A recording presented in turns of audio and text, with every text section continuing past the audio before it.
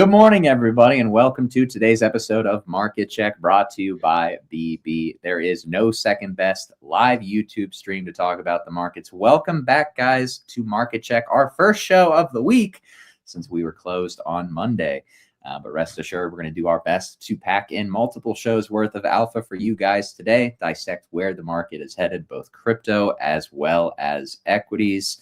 The divergence is not exactly as strong as it's been over the last few weeks, but we'll have to talk about it nevertheless. I hate to beat a dead horse, but it's just right in front of me. Regardless, guys, welcome. I'm Snorlax. You also know me as Tommy. I'm joined by Prometheus and, of course, Max.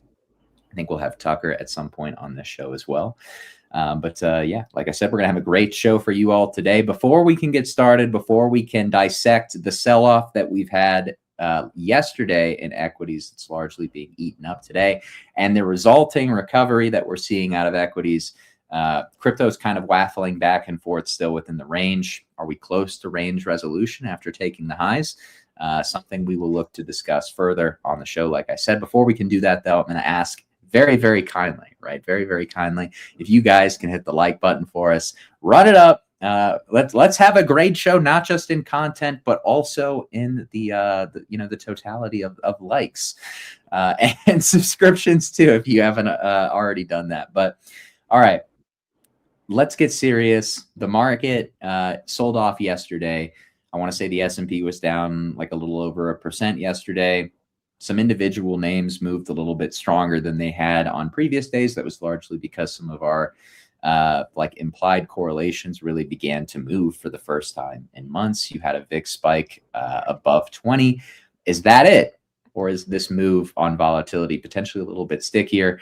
Again, that's something I want to talk about on today's show. But we are seeing, I think, weakness in the market that's clearly discernible at this point.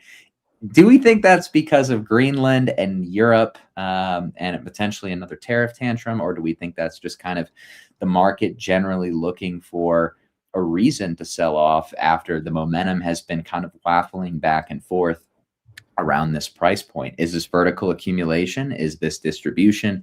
We're going to talk about it. Meanwhile, you have crypto, which kind of front ran the move clearly to some extent. We had that impulsive candle to 98K right before the weekend. We were distributing. We were kind of debating, all right, are we going higher here, or are we going to, just kind of, is this the fake out move before we go lower?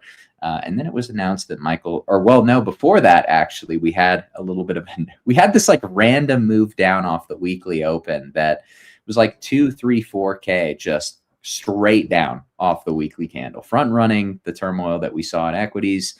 And then we found out Michael Saylor somehow managed to buy over $2 billion worth of Bitcoin at 95K. And then we legged down again. And now we're just consolidating here, right? We're still kind of in no man's land for Bitcoin. Are we headed towards range lows? Are we headed back to range highs? Are we close to resolution from this range is probably the main question that I'm going to be asking on today's show, because I'm ready for volatility. I was looking at Bitcoin volatility today, and I think it's ready for a move as well. So decision time soon, all that to say. But yeah, I'll open the floor up now, guys. I hope we're having a good week enduring this price action, the back and forth swings, whiplash, whatever you want to call it. How are we doing, guys? What are we seeing in the markets today? Happy Wednesday, boys. First off and foremost. It's Wednesday, my dudes. Mm-hmm. I thought it was Tuesday, man. It's weird having those long weekends, So, but I mean, crypto's doing crypto things, right? We are reversing some of the move that we got this morning, right? From I think Trump talking at Davos. I don't know if you guys heard him say that Greenland is a territory of the United States. It is in our best interest. As a national security issue. So yeah, he's seems like we're going to go for it. Supposedly too, we gifted Denmark Greenland. I don't know if that was ever a thing, but now we're here to take it back because it was always ours, right? So with that being said, man, it's I would appreciate some volatility in the markets before I get too deep into like my thoughts. Max, how you doing, brother? I'm doing well, Prometheus. How are you doing? Good, man. Good. I'm happy to Excited be for back. the winter wonderland. Yeah, I'm happy to be back. Done traveling. Ready to be back on a normal schedule. I'm ready. But I'm also like I can't believe yesterday Bitcoin front ran the yearly open, which is really bumming me out. I saw that ETH took out the yearly open. So I had almost just like assumed, oh yeah, like Bitcoin for sure did, and I realized that it didn't this morning. And I saw us kind of moving up above 90, and I was like, these fuckers are totally going to make us come down and take out that yearly open. They're just, it's too predictable. It really is just too predictable. It's only a matter of time, brother. We will be resolving lower. I feel like I've been a little flippy floppy, and maybe that's just because the market's been a little flippy floppy, and I've been having to kind of adjust accordingly. But boy, I mean, boy, I've kind of been turned into a vibe coder over the past 48, 72 hours, man. And, been trying out something that we've been building out on the back end, and I'm excited to, for what we're bringing here in the future, man. I think what have you made? Awesome. Describe it to me. So it's a VWAP levels indicator. It essentially shows me kind of like the previous week values, the previous month, quarter, and year values, all just lined out. It's got some rolling VWAPs in there. I was trying to put rolling VWAPs in there.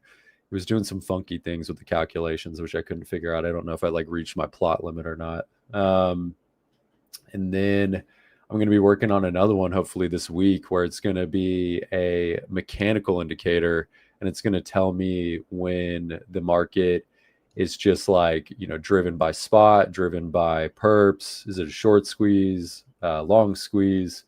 So that's the next one I'm going to be building out. Cool. I love it, man. Yeah, bro. Absolutely love it. All right. Well, who wants to pull their chart up? I mean, let's cook a little bit, huh? Sure. I mean, Tommy, you were not to do this to you, but actually to do this to you. You were telling me some shit before the show. And I kind of want to see it. I was telling some shit, but I really don't want to share it. I mean, I really want to see it, man. I do. I bet you do. I can pull up. I don't know if I can continue on without seeing it. Oh, man. All right, give me 1 second. Yeah, there we go. You know what I learned is when you don't get what you want, you just bully somebody and it happens. I'll tell you the real world example. Amen. I'm saying this as a joke. Please don't actually do this. But I just think about like Real Madrid players. We're going through like one of our worst stretches in, like, well, not ever, but the team performance has just been terrible. And the last home game, the fans booed so relentlessly. It's been a while since I've seen them boo the team. It felt like an away game at home. And sure enough, the next game, which was yesterday, Real Madrid won 6-1. So it's a great example. If you're not getting the output that you want from your players, just bully them and you'll get it. But I don't know. I mean, I don't really want to like dwell on it too much because I've been optimistic about a reversal here.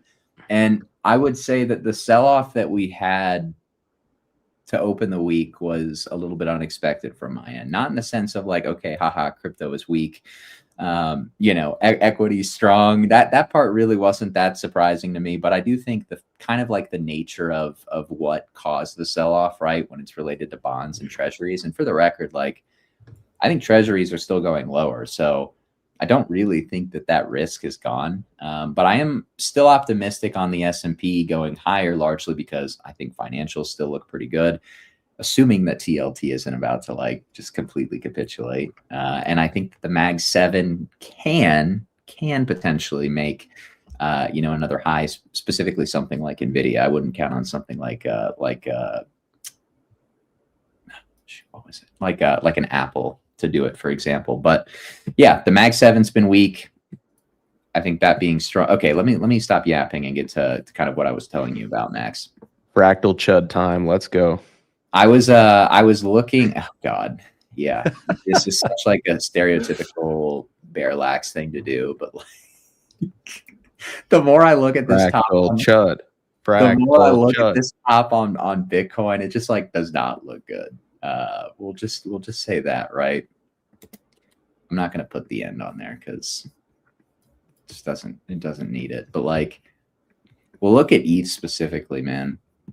This I think is the most like easily visually applicable bear case to something like ETH, man. I mean, it's like we are replicating what happened in 2020 kind of to a T now. I was noticing this kind of like late last night. So I wouldn't say that I'm like super sold on this thesis, but I've been trying to play like devil's advocate to my bias, which has been that equities go higher for the reasons that I stated, because I think financials go higher.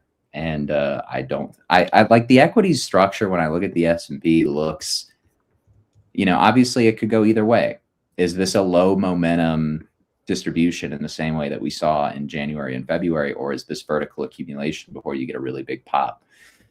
So when I did my video last week, I kind of talked about the scenario where we get a pop. But at the same time, it's like, man, if we are going to get a pop, crypto should be stronger. And so the weekly open dump that we had on Bitcoin was a nasty one. It was a nasty one. And then you had we dumped again when we found out Michael Saylor bought 2 billion of Bitcoin. Somehow he bought it at 95K. I don't even know how he managed to do that, but study. Michael Saylor has done it again. Michael Saylor has done it again. And yeah, now I'm just like, well, crypto really should have bounced yesterday if it was going to, in my opinion, we're not really bouncing with equities today.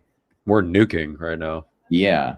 So I'm just like, I'm trying to compartmentalize what's going on with crypto because we've been in a range.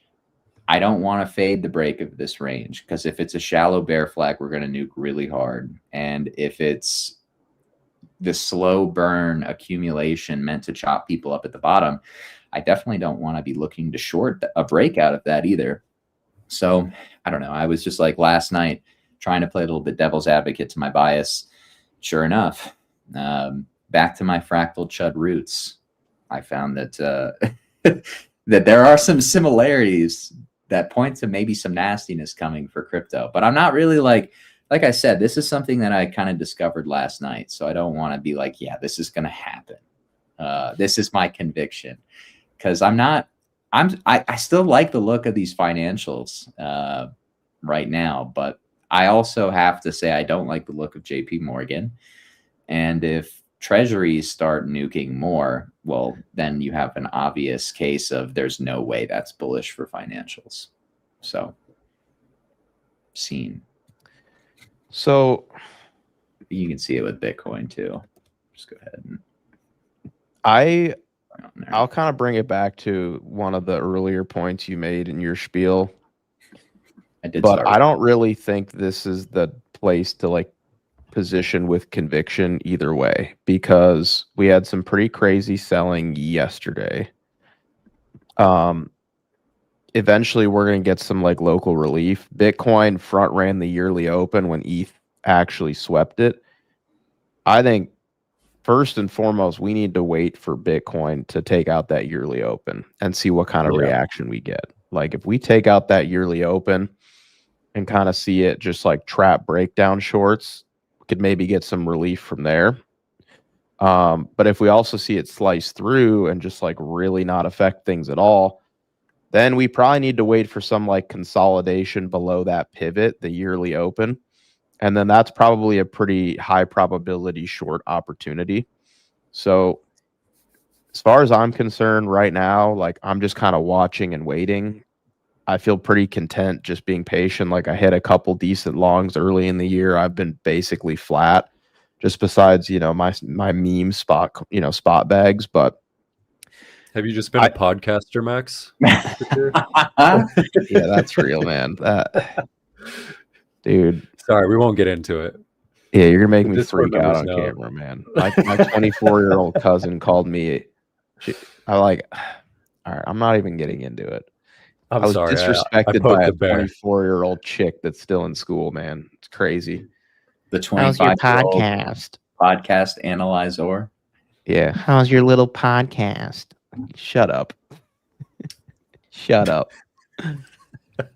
But I don't know. I think here's what I know is that there is volatility coming. Like it is coming soon.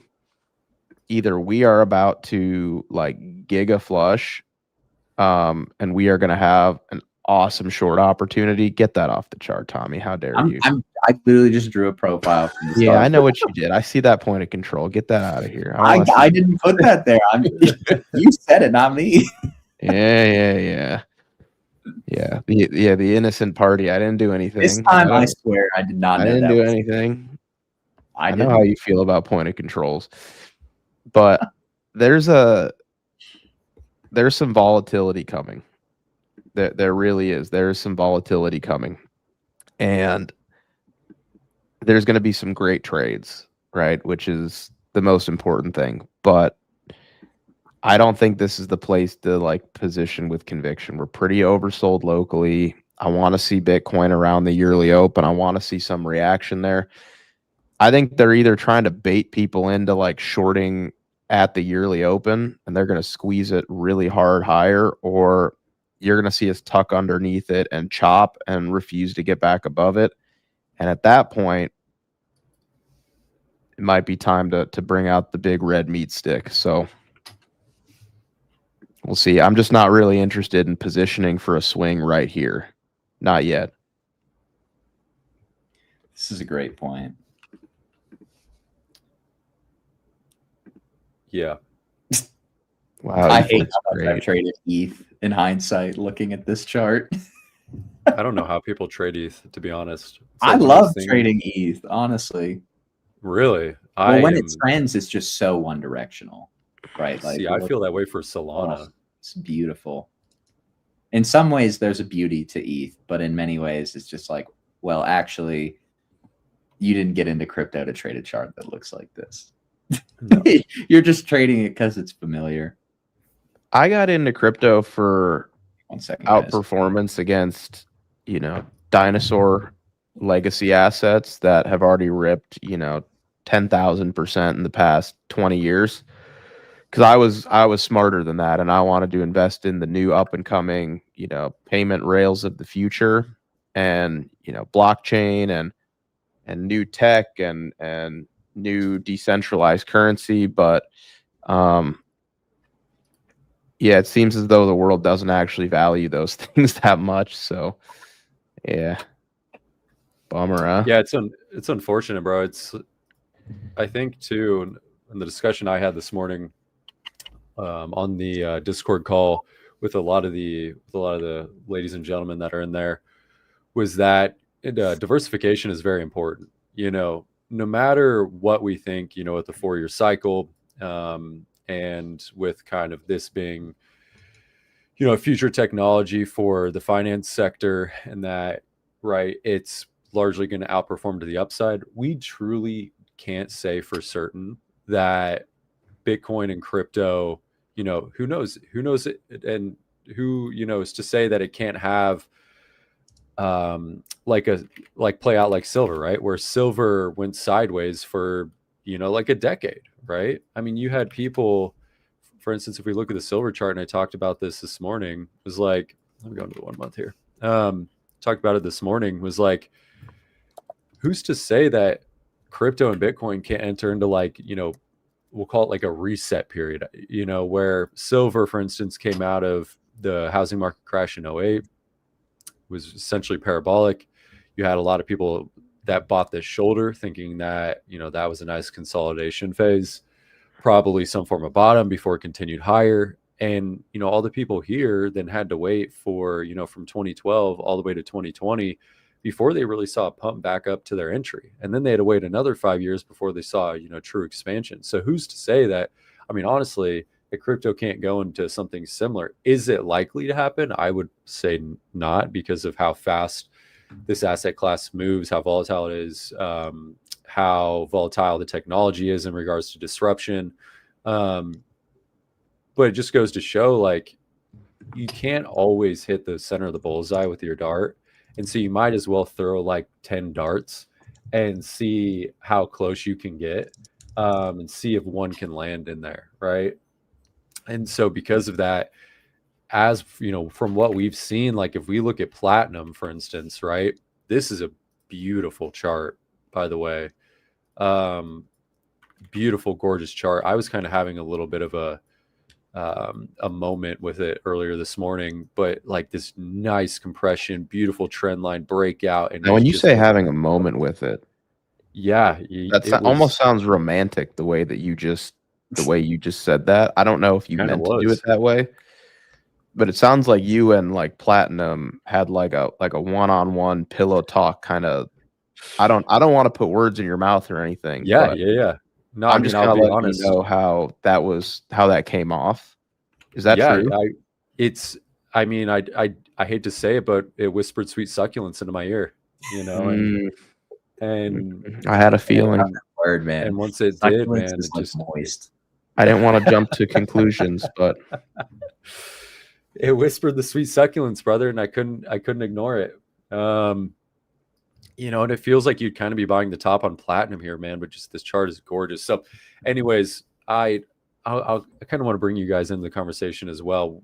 Like, what are your guys' thoughts that Bitcoin and crypto continue to largely underperform, and this correlation we've seen for so long with crypto and the NASDAQ kind of erodes? Like, what are your guys' thoughts on that?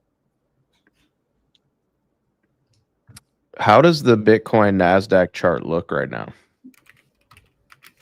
Probably really bad. Not as bad as you'd think. I mean, bad, but bad. If that's a bear flag, like that's bad. Yeah, if we've ever seen one. Yeah. Yikes.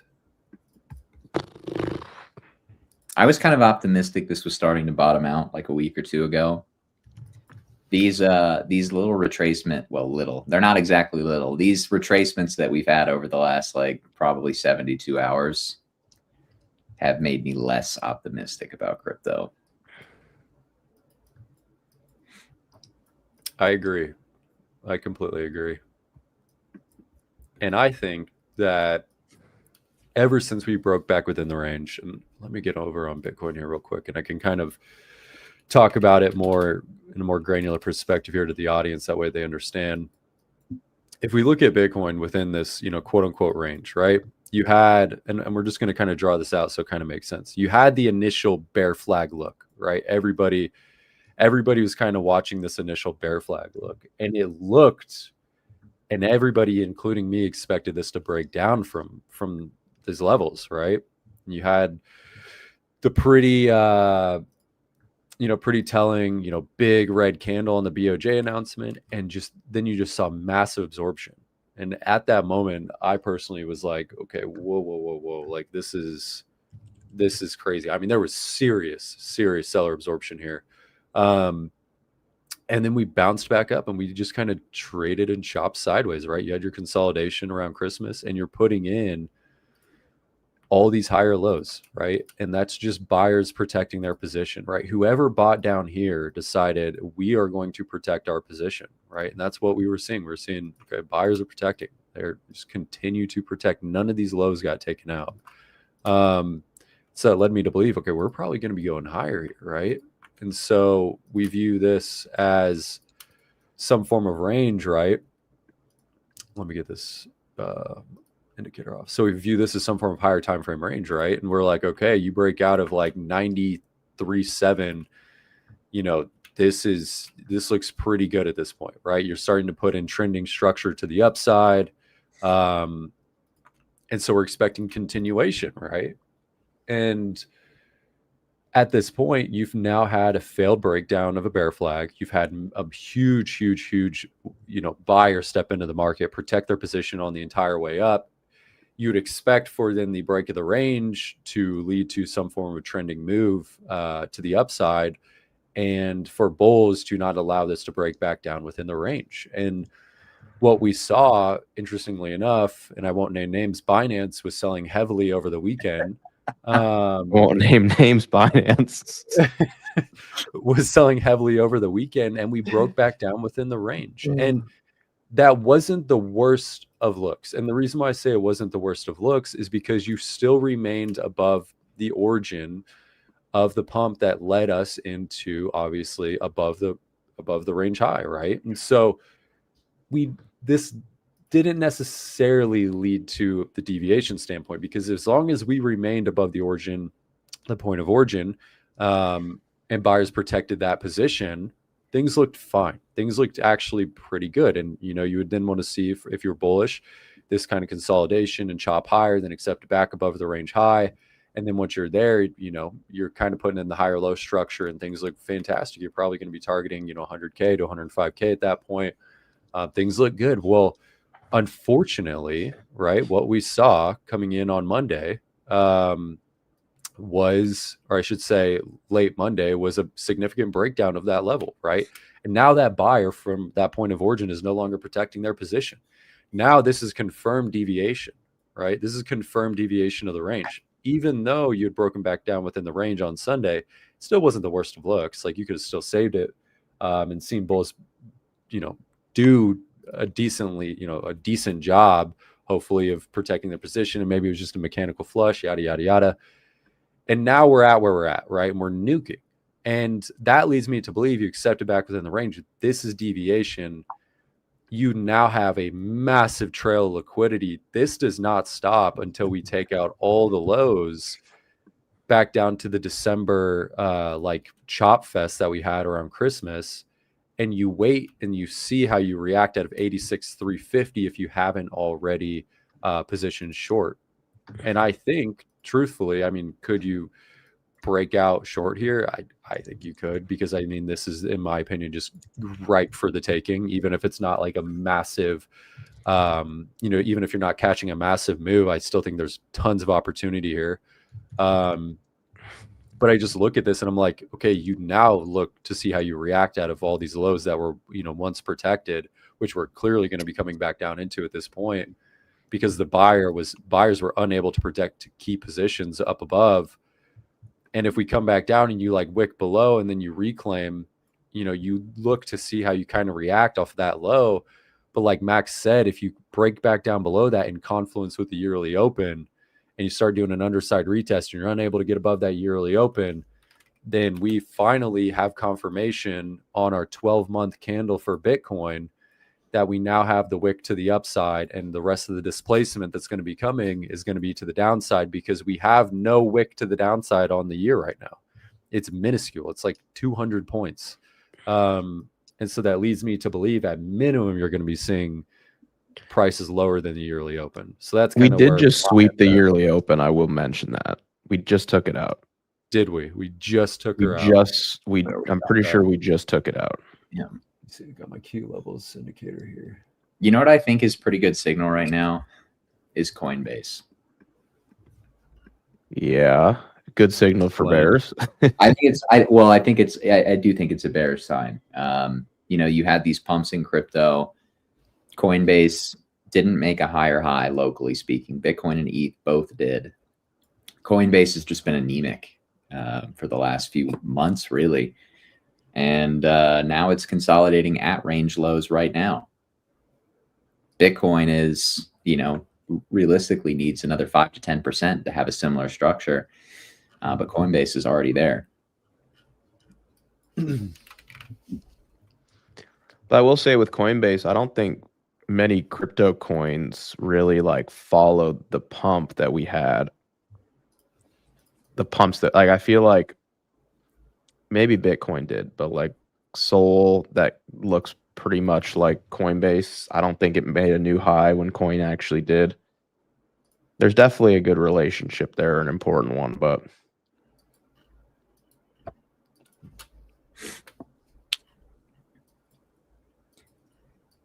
this chart is just so, do I really think that chart is like a Livermore cylinder? What is that? You know, like the expanding cylinder into a parabola. Let me look it up here. Like, do I really think Bitcoin is the Livermore cylinder? Because that would be the bull case, right? Is that it is effectively like the Livermore cylinder before like a blow off. But I don't know. I'm just it honestly kind of strikes me a lot like those meme coin charts that I would bid on the way down and they just didn't bottom. Like Mog, I want to say looked kind of similar to that. Yeah, I got carded out buying that. I'm not even gonna front. I think I bought Mog like 3 or 4 different times. I didn't make money a single time. No. Nope. Same. Yeah, I bought it. Okay, I did buy it one time. Comment. Crashing out looks good. Looks good here. Study. Sorry for the close up. My cat's right here. I'm trying to keep him off the keyboard. Oh, Tommy. Keyboard cat. Speaking of that, I gotta see what's going on there. Ooh.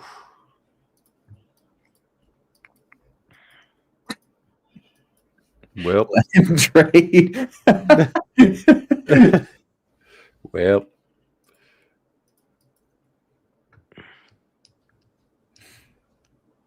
man, it's just brutal. I was looking at Popcat earlier this week. Yeah, just graveyard altcoins. I'm not gonna make fun of altcoins. It literally feels like I'm beating up the midget at school. I can't do that. Yeah, my goodness. What you said earlier was really funny though. It's like I won't name who's selling, but Binance was. It reminded me of the scene from Four Christmases. Have you seen it? No, you've mentioned that, or you've quoted that show a few times now, or that movie. Max, have you seen Four Christmases? Vince Vaughn, Reese Witherspoon. I've seen it. Yeah. Great movie if you haven't seen it. But it reminded me of a scene. And I'm not going to quote it in full, but it was just like his dad, Vince Vaughn's dad, was saying, "Look, I'd never speak ill of your mother, but she's nothing but a common street." It just reminded me so much of that scene. What are your guys' thoughts on Monero? For the streets, honestly. I round tripped a fat spot bag, so I'm annoyed, but I'm out. Dude, like, look at how bad that wick looks. That last week's wick. Oh my god! If you zoom in to Monero, it's pretty much trading just like Bitcoin now, so it's kind of lost a lot of its appeal. When it gave that impulse, Bitcoin moved to 98K. When it legged down twice, Monero did the exact same thing. And now it's holding, right? I mean, I would say this is probably not a bad spot to look for a bottom or at the very least a bounce. But I'm just like, oh, you're telling me Monero, which I was holding because it's not correlated to Bitcoin, is in fact perfectly correlated with Bitcoin? Well, yeah, I think I'm losing a little bit of interest in this because I don't want to hold things that are correlated to Bitcoin. It looks like an exit pump from a lot of people that made money on Zcash and who are desperately trying to take profits because they know how garbage the rest of the sector looks. Like that's what this is. This is you saw the story about the money that got laundered through XMR, right? Yeah, like some big hack and like they laundered the money through it and I just look at this and I'm like, I agree with Tommy. Like if you see similar to what we were talking about with Bitcoin back at the range highs earlier in the week, if you can remain above the origin and like put in a higher low here and let a little bit more structure form, I would be very cautious jumping in right here. You're definitely catching a knife. But if you can see more structure form and this start to kind of reverse and trend a little bit, you know, I wouldn't say it's a bad buy. But if you lose the origin of the move at 450, it should be out. There's no, this thing is over, right? Because that would be Yeah. Then it just looks like the Oracle pump, right? Yeah. Oh yeah. And I mean, look at that. That is not. I mean, what does that mean for XMR? You're going to be coming all the way down here, 230. How does the XMR ZEC pair chart look? Interesting. Let's take a Oh, look. I bet it has a big. Because I big feel old- like this was just another like rotational play, you know. I understand there are fundamentals at play, but it's like I think it to me it just seems like it was just another like classic, you know, like oh like you missed this week's runner, you know.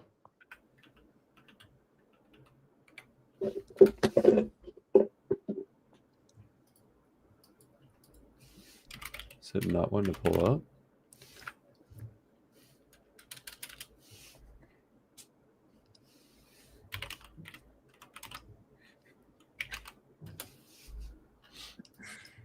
Ooh. Oh my God, what is that? This is XMR divided by Zcash. Oh man. Looks like a cruise stock in 2020. Did you long Royal Caribbean then?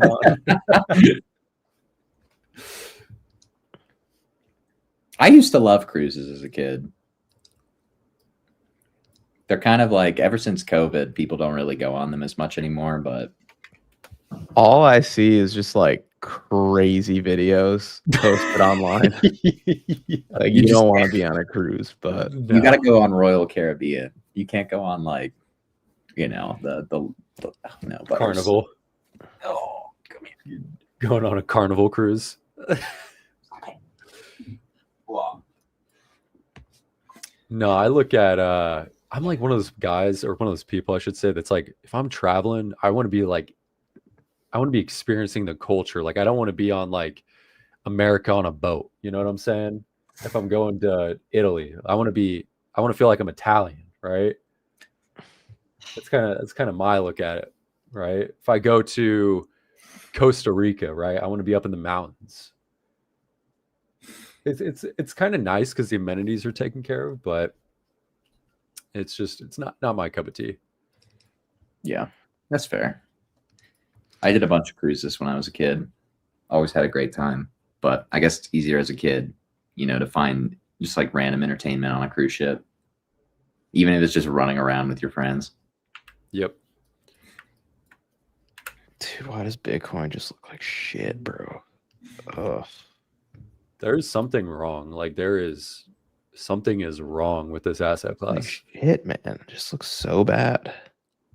We have fewer buyers than sellers. Well, There it is. that's obvious. Thank you, Tommy. Thank you, Einstein. I always hate when people say that. It's like, oh, why are we going down or up? It's like supply and demand. Thank you. I could have figured that much. It's just like stocks don't look too bad, you know? I mean, look at like the Russell, man. The Russell. I have a theory about like why Bitcoin has been like lagging to the extent that it has. And I think that it really comes down to like, I mean, we don't really, it's not a bear market on prices as much as it is like the bear market on volatility. It's brutal. People can come to this asset class for volatility because that has been Bitcoin and crypto's calling card. And now you have a million different tickers in equities that are giving you lots of back and forth volatility and lots of opportunity to make money. So I would say, like, I think the volatility issue is much bigger for Bitcoin than the pricing issue. Mm-hmm. And crypto is just uninvestable, truly. Like you can't buy anything and hold it. Like long-term cap gains is like unachievable with crypto because you can't hold anything for more than 2 weeks before it rugs. So there's that.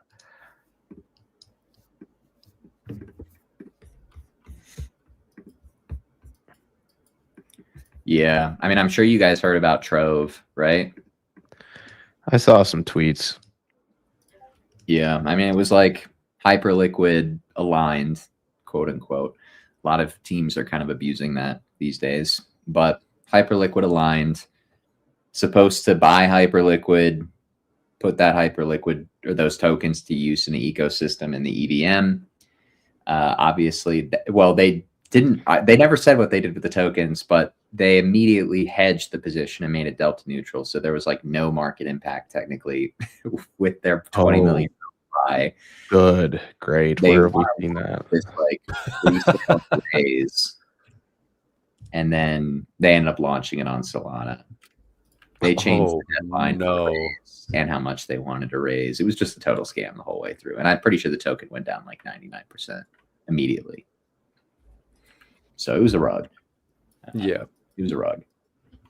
But it was kind of an obvious rug, honestly. Like, I think there is a way of like going too far down the so you know how like we hate that token launch at multi-billion-dollar FDVs because there's just no upside. But this was going to launch at like 20 million. That is rug. I think we're losing them. You kind of rugged a little bit. Okay. I could tell I rugged a little bit, but yeah, they're launching it at like 20 mil circulating market cap. And I'm thinking to myself, they're launching this at what valuation? It's almost like they went so far to the other side that they were trying to come off like they weren't a scam, that it was obvious that it was a scam.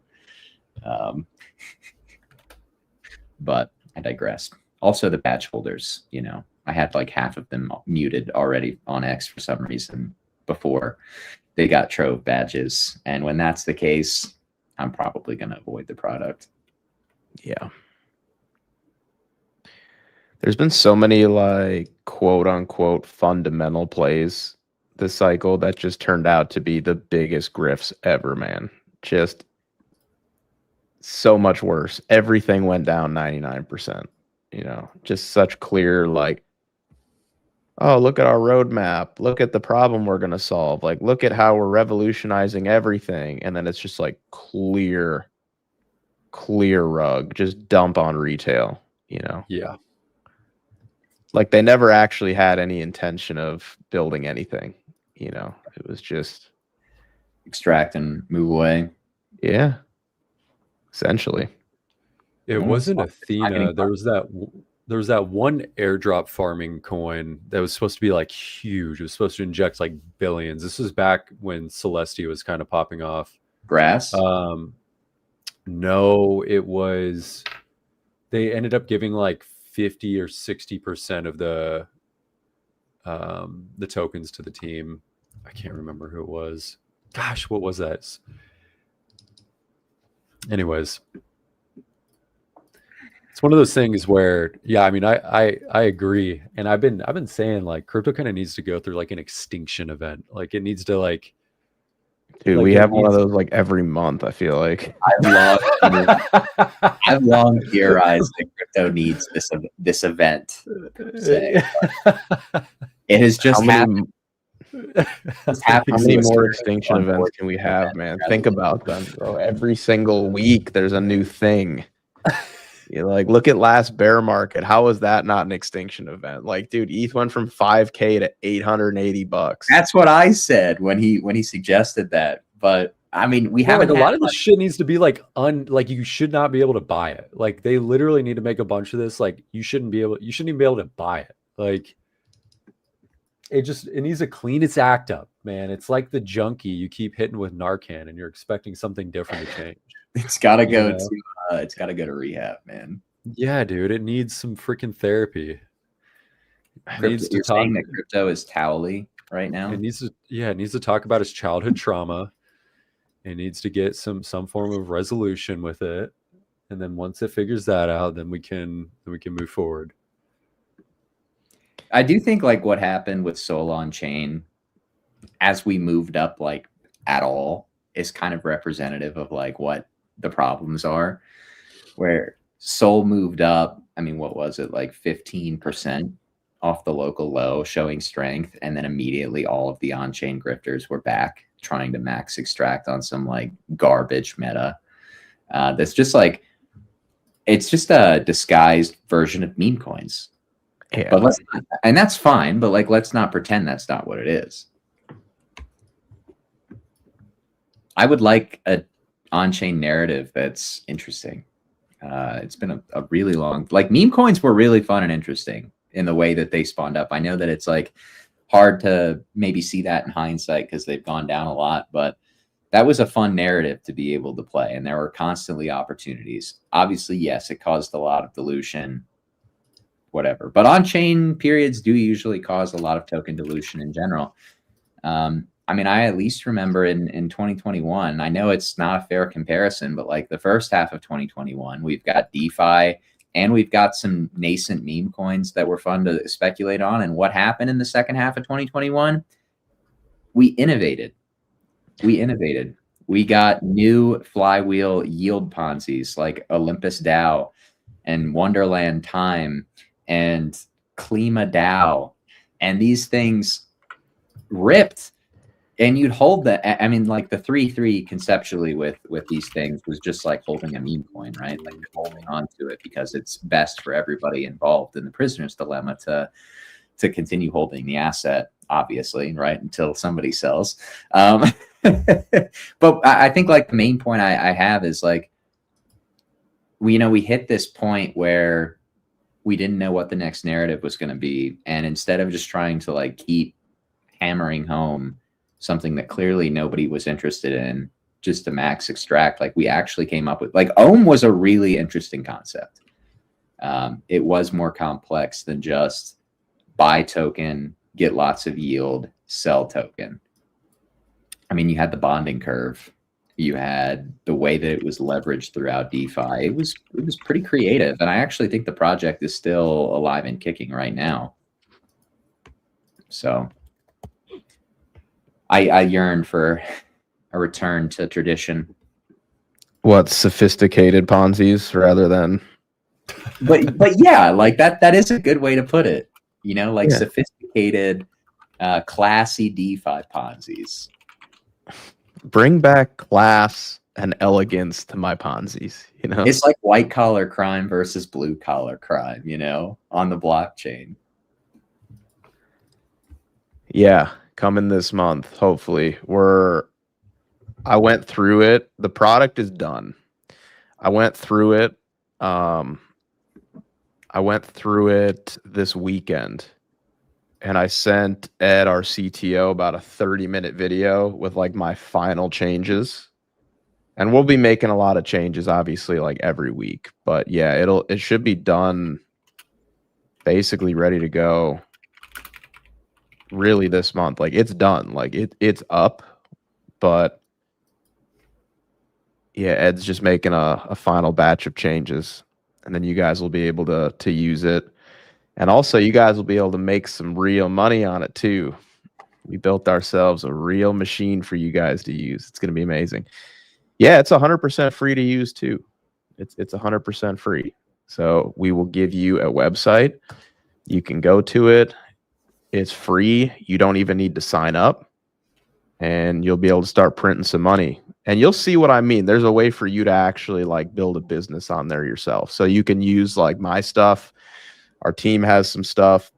I'll put some kind of like default automated strategies that, other people have published for free on there. You guys can use all that. But yeah, you'll also be able to like build a business on there, which is really cool. You'll see what I mean when we really talk about it. It's really cool. It's really cool. But yeah, I sent Ed our final kind of, I hesitate to say final because I'm probably going to give him changes every week. But like right now, beta launch, 30-minute breakthrough, like break down everything that I need to change before we like really push it.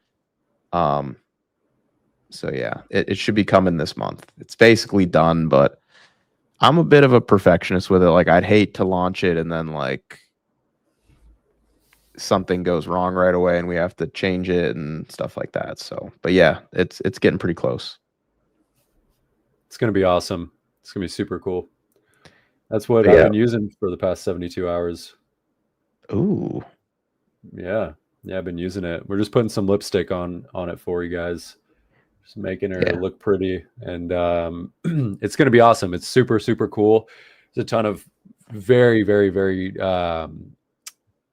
we'll just call it usable functionality that I think is going to take everybody to the next level. So I know we're all excited for it, and we've been, especially Ed has been relentlessly plugging away with, I'm sure, like 700 milligrams of caffeine coursing through his blood at all times. So enough caffeine to kill a horse. Yeah, it's gonna hopefully knock everybody's socks off. We're super excited for it. So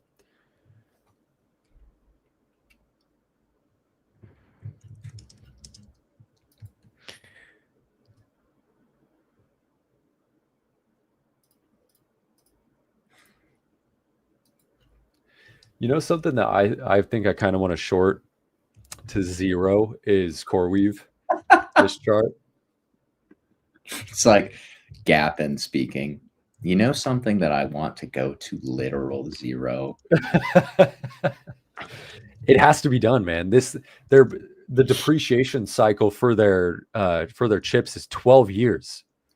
Like, what? Those things last maybe 3.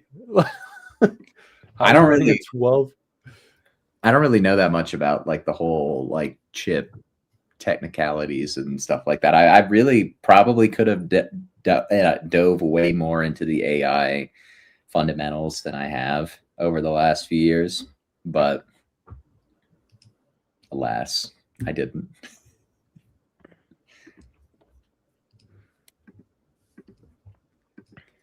Are there any small caps that look good? Like I know SanDisk is a popular one. Mm-hmm.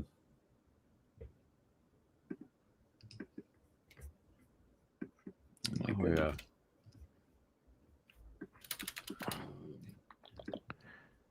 It was funny because Prometheus was joking the other day in the Discord about how some of these coins need to go below their 10-10 wicks. And what made me think about that comment is I was looking at the Atom charts just now, and I was like, "Oh well, Atom's going to negative price."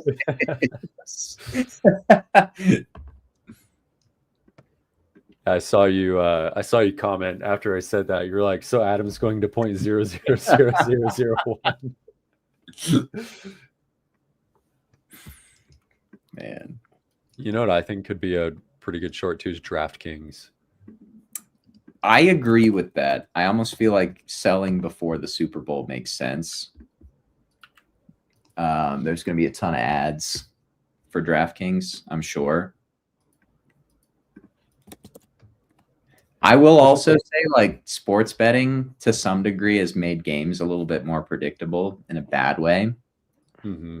Like, I saw the line for the national championship game earlier this week. And I was like 7.5. All right, well, statistically speaking, the favorite, like 75 to 80% of the time, is going to win and cover the national championship game spread, at least since the college football playoff started. But like 80% of the money was on Indiana to win and the money line. So I'm like, well, damn, Indiana's probably going to win because they're a huge favorite, but Miami's going to cover the spread. And Miami barely covered the spread. And I would say if they didn't officiate the game, I don't know if you guys watched the game, but like they let them play.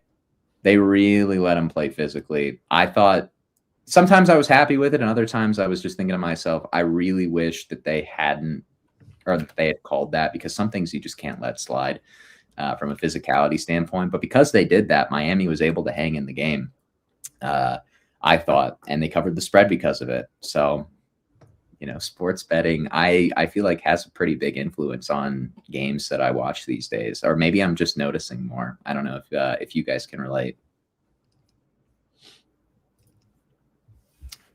I'm not a big sports bettor. Like, I don't do a lot of betting outside of crypto. I'm not to either. be honest. I'm not either. DraftKings looks like the soul chart. Yeah. Yep. They used to have like kind of a monopoly in the space a little bit, and they also did very well because they came out during the whole SPAC craze, right? You know what? Yeah, it does look like Soul. You know what that first top looks like? What, Bitcoin? On DraftKings. It looks like Palantir. Palantir. Oh, okay. I see it. Yep. It's a lot like Palantir. Yeah, you start seeing this limpage happen right here. Limpage. Oh yeah. Oh yeah. Big limpage. Yep.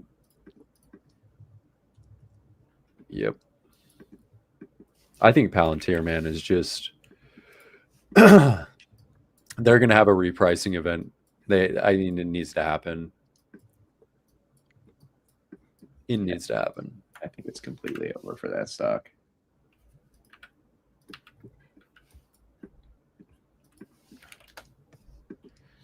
Oh, look at that weekly RSI. This thing's cooked. I might take out some put exposure on Palantir, actually. I wouldn't hate it. Yeah. I think I'm going to after the show.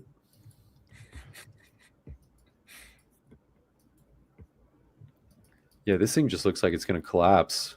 It's like, it's like that like metaphor, like you keep stacking. It's just like collapses in on the weight of itself, right? You just keep stacking the Jenga blocks higher and higher and higher, and eventually everything comes toppling down. I mean, that just looks like textbook distribution. Mm-hmm. Like, I don't think you could paint a more clear picture of distribution than the Palantir chart,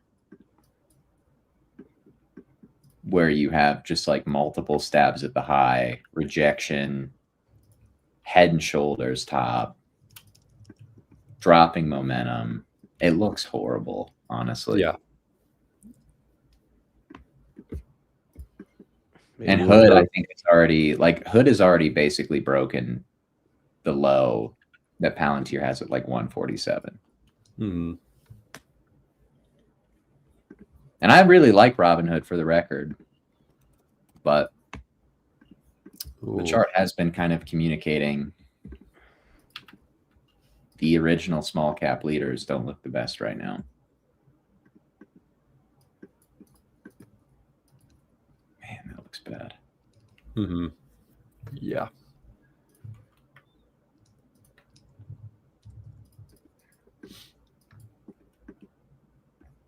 Pretty sure my short thesis for Robinhood is going to end up playing out. I was just early. Many such cases. Do you still have put exposure on it? Or no? No, I don't. No, just JPM and coin. Dude, if VIX was a shit coin, we would be so long it right now. I mean, this is insanity. I think this move is sticky on the VIX. I think the uptrend's probably going to continue. You're back above your pre-BOJ highs too. Like, I mean, guys, like this is if they can't crush this to the point where like they're filling the whole gap, start the week, then Feb OPEX February is going to be really interesting then in that case. Yeah. And you need to watch for Friday. They love to wait till Friday to crush it. If they can't do it on Friday, I don't think they're going to do it throughout, today, tomorrow. That'd be, today or tomorrow. I keep getting mixed up because of the long weekend. But on Friday, if they can't crush on Friday, that's your go sign, in my opinion. There's nothing about this chart that tells me it wants lower. I'm sorry. This is the market freaking out to what Trump has done, like ever since he's been in office. It looks like a test pump. Yep. Yeah. I sent that message in the chat with you guys. I was like, dude, the VIX, if this was a shitcoin, we'd be so long. We'd be so long this shitcoin right now.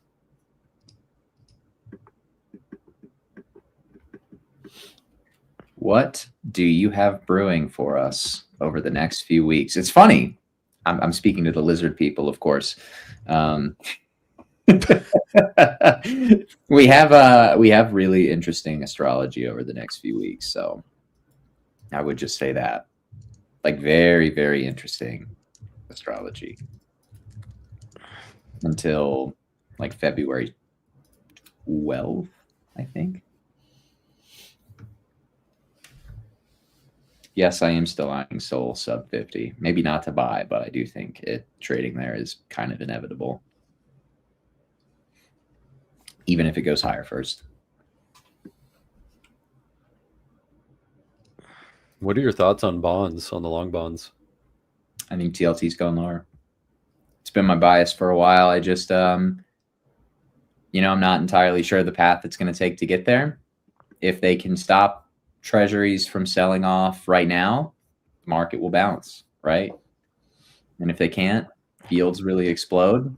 Tommy, you had like a Bitcoin FTX bottom fractal that looked decent on this a while back. I don't know if it's still relevant or not. It did. I don't really know if it's as applicable. I think it's probably following more of the path of like the Bitcoin top fractal that we had back on it in like 2023.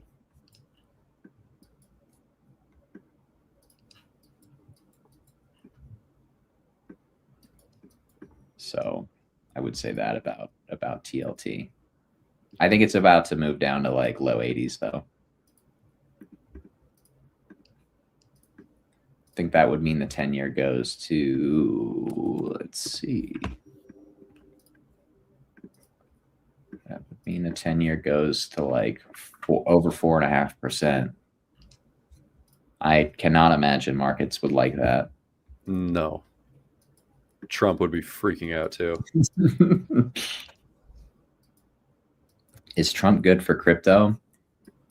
I mean, demonstrably not, but I would also say we were headed into like this period regardless of what happened with the election, in my opinion.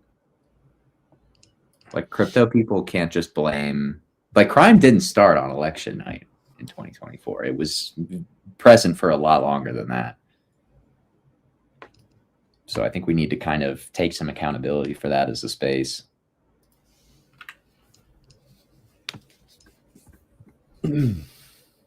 I know that they're trying to protect the long end, doing whatever they can. They're trying to protect the United States bond market. I know that that is a huge like point for Bassett and Trump. Like they are like, just protect the bond market.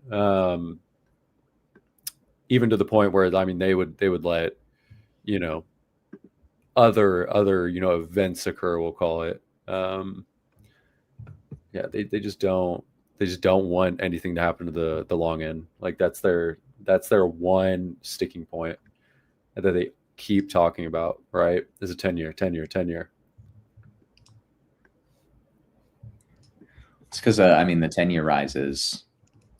Actually, never mind. I take that back. But yeah, they are trying to get yields down.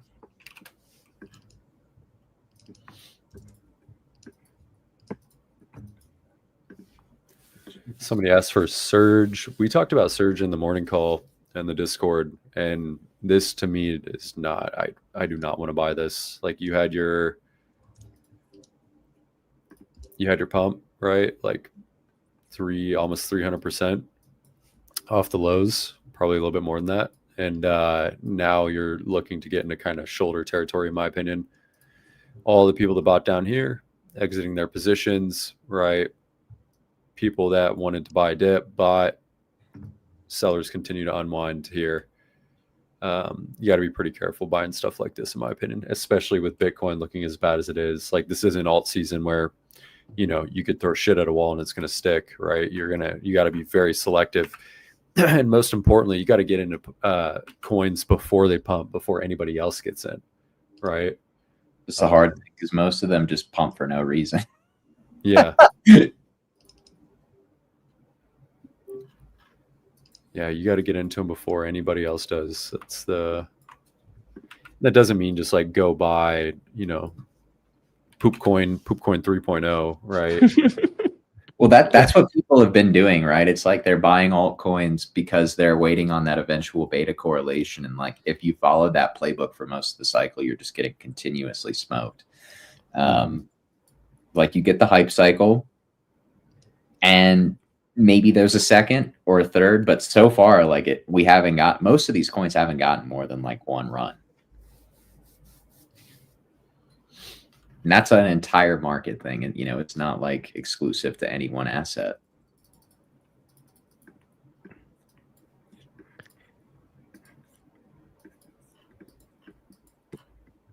Yeah. It's funny because crypto used to be as simple as floored chart, Bitcoin up. I buy floored chart. I make lots of money.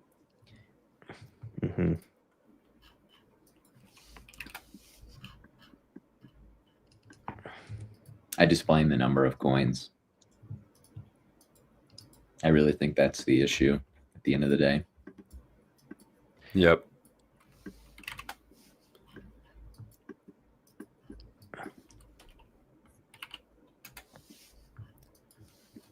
See, and I've see coins like Monad, and I'm like, I would love to short this, but it's like one of those things where I don't know if you guys remember when it was. I think it was like pre-listing, and they just ripped it in everybody's face. Like, didn't they pump it like 400% in like 45 minutes? What is this? Yes, yeah, pre-launch on like no, because you could. It was pre-launch. Like they did get their like exit pump through the pre-launch perps effectively. Yeah. Yep. And I'm like looking at this. I'm like, dude, Monad's gonna go to 0, and I would love to just like short this, hold on to a short. But I'm like, at some point they're gonna do, one of these, right? And you just have to watch out for these kind of moves.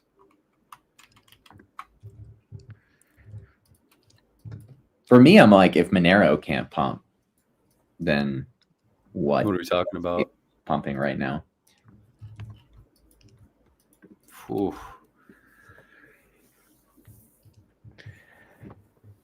I want to see a reaction here below the yearly open. Like, I think this is kind of it, I think we can save it here. I really do.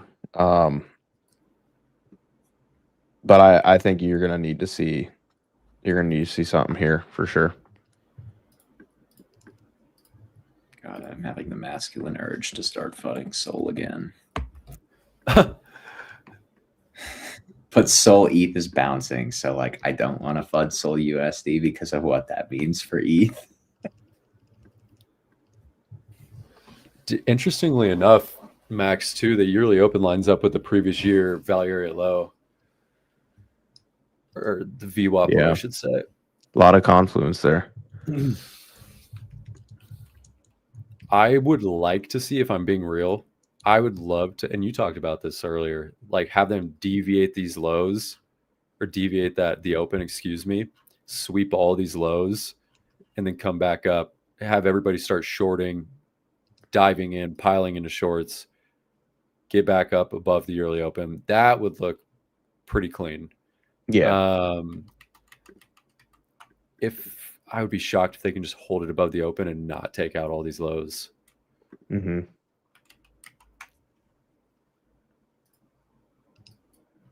And we talk about it, like you need a wick on especially on candles. Like no wick is generally not a good sign from a statistical standpoint. Like you want to see some price action on both sides of the trade. And what kind of tipped me off too that we were going to go lower this year was that how we opened, we just immediately started like ripping face to the upside and never put any price action in below. And we all talked about it on this show, and we had said generally whatever direction you start trading in at the beginning of the year is going to be your fade, right? And then the rest of the year is probably going to be like a trending environment. So I would have loved to have seen, honestly, them take out all these nasty lows down here. I like 84, 83, 80, put in like a high time frame divergence and then pump it. The pump at the beginning of the year was not ideal in my opinion. Mm-hmm. Yeah, we've seen that before too. It seems to end up as long bait more times than not, but there's also been some pretty solid examples. Like I even put out a tweet, I think it was a couple days before the new year, where if you looked at like what year was it? I think it was maybe 2019 would be a good year of just like they kind of pump it a little bit off the open, then they dump it below, and basically you didn't get any resolution from a direction perspective until like March. Then you started trending, but it was just kind of ping-ponging back and forth and back and forth. Or another good example would be pumping off the open would be 2021. We pumped hard the first few days, swept it, and then continued pumping. So it's like there really are some shenanigans in games that get played pretty consistently. So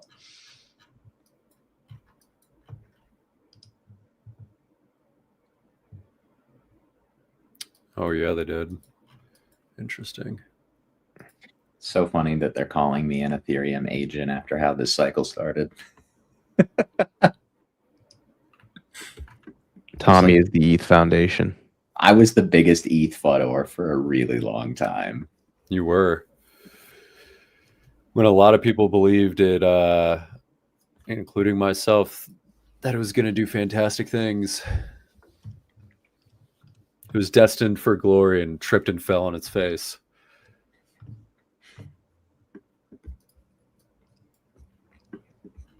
I've really, so last cycle I hated trading ETH. This cycle I really have done well trading Ethereum. So I kind of have like a different perspective on it. I want it to succeed.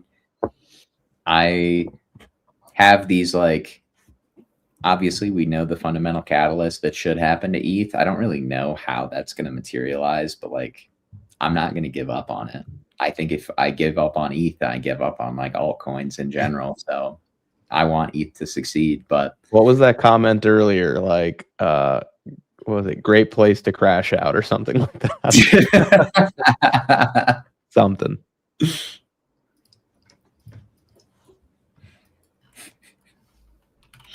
God, ETH just blew its first mover advantage.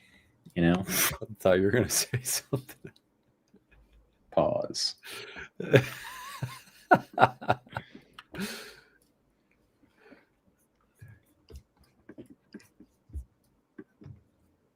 I do think making crypto great again comes from making ETH great again, not Sol.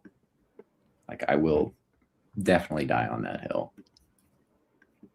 Sol has kind of become like intertwined with the idea of crypto nihilism to a large degree. Yeah.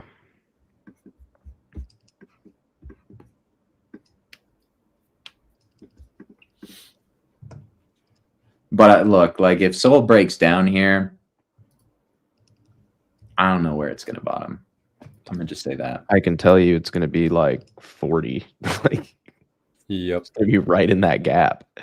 If it breaks down, of course. Man, I am bearish as hell on Sol if we break down here. I'm going to just say, again, I'm going to just say that. Wait, did Sol USD make a new all-time high? Yep. Oof, okay. I was going to say, because if it did make a higher high, then technically speaking, like the cycle lows wouldn't, like they would be fair game. You're talking all the way down here? Though. You're talking sub $8? I'm saying if we didn't make a higher high, like on a higher time frame. Because then you have a lower high on a higher time frame. Yeah, I think you could set up a trade like this. Invalidation above the highs, those range highs that we deviated. You can target all the way down to here. I agree. $50. Honestly, your first stop's going to be 90 right now. Maybe this morning was a better time to short this thing, but like I don't hate shorting Sol right now. This looks like it's gearing up to break down. Yeah. Yeah, your next spot's right here. 90. Yeah, we'll see double digit Sol here probably in like 2 months would be my guess. 2 months? Yeah. What about this week? Well, I mean, I'm kidding. Say it ain't so, brother, because I am short Sol right now. I'm kidding. Of course. Of course. I think too, what was I going to look at? Oh yeah, that's what I was going to look at. XRP, boys. Oh man. I mean, it really just starting to look just like ADA from the last cycle. Dude, this is so bad. It looks so bad. It looks even worse off log too. Oh god. I mean, this is textbook distribution. Look, each high swept, 3 drive. I mean, it really doesn't get more clean. And you have like rejection from this upper supply, formed a shoulder. Same thing back here. XRP trades super cleanly, by the way. Like, we had liquidity stacked up here, right? Come in, flush that liquidity out, break back down below.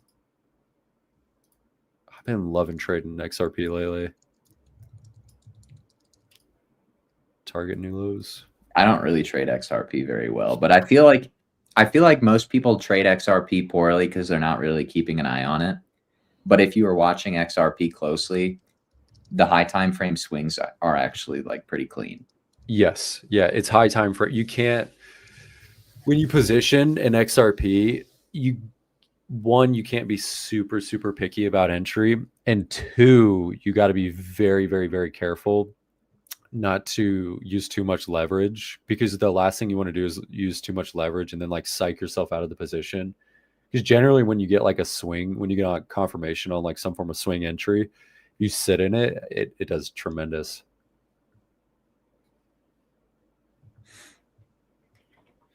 No, XRP trades super cleanly.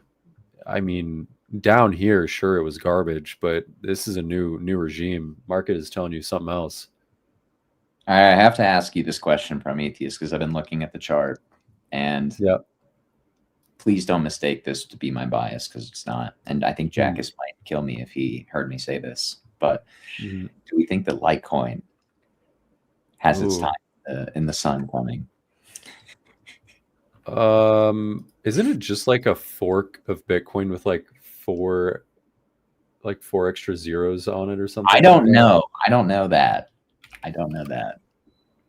I do know that it can't pump. And I'm asking if you think it's bottom here or if it's going to 0. It's got severe ED. If I were looking at it, like just looking at this, I mean, I don't know what Litecoin has going for it. You break $60 on Litecoin, you're going to be taking out all of these lows. And it's like genuinely going to do one of these, probably. Well, if it does that, it's like it's literally over for Litecoin.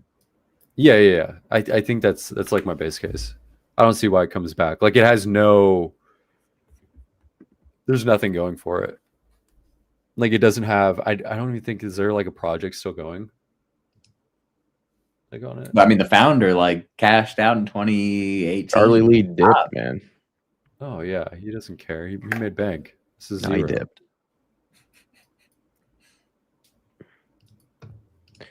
I don't know, but that doesn't mean it won't pump, man. It's a dino coin. Like, if they're doing the commodities rotation right now, and we've seen a bit of that with crypto dino coins, like, they just pick one to send. It seems like it's the one that hasn't pumped, right? Not that it can't, it just hasn't yet.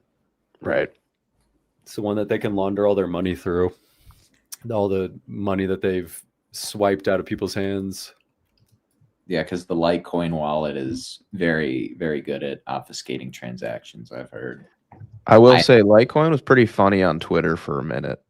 I don't know if they're still doing it, but they basically were just kind of leaning into like being a meme account, which was kind of funny for a while. So we CTO'd Litecoin.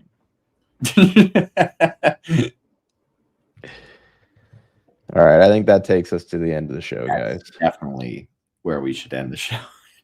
We're speculating on the price of Litecoin. Hopefully you guys enjoyed the show, our first of the week, reminder that we do Market Check throughout the week, Monday, Wednesday, Thursday, and Friday when the New York Stock Exchange is open. So catch us again tomorrow. Unless the New York, for some reason, it's not open tomorrow, but it will be. So we'll see you guys tomorrow. Our typical start time is around 11:30 a.m. Eastern Standard Time. So catch us then. But also make sure to tune in for our afternoon show, our Spaces, which is hosted by the Because Bitcoin account, as well as King Wabi's account, who is the host of Market Talk. Really amazing market commentary on those streams, especially when, we're kind of like the market's in this point of like indecision or even like downtrending. Usually the discussion on Market Talk is very, very lively. So tune in. You'll also be able to see team members speaking there as well. So if you're looking for more alpha from anyone on the Because Bitcoin team, that will be a great way to catch us in the afternoon and finish up your day. But thanks again for tuning in, guys. Real quick, a reminder that Market Talk's typical start time is around 3:30 p.m. Eastern Standard Time. But we'll see you guys again tomorrow. Thank you again for tuning in. And of course, stay safe. Tired of outdated trading tools, confused charts, dozens of tabs, endless stress? You're not alone. Introducing BB Terminal, your all-in-one command center for crypto trading. Track your portfolio, monitor the markets, stay ahead, all in one place. From chaos to clarity, from struggle to success.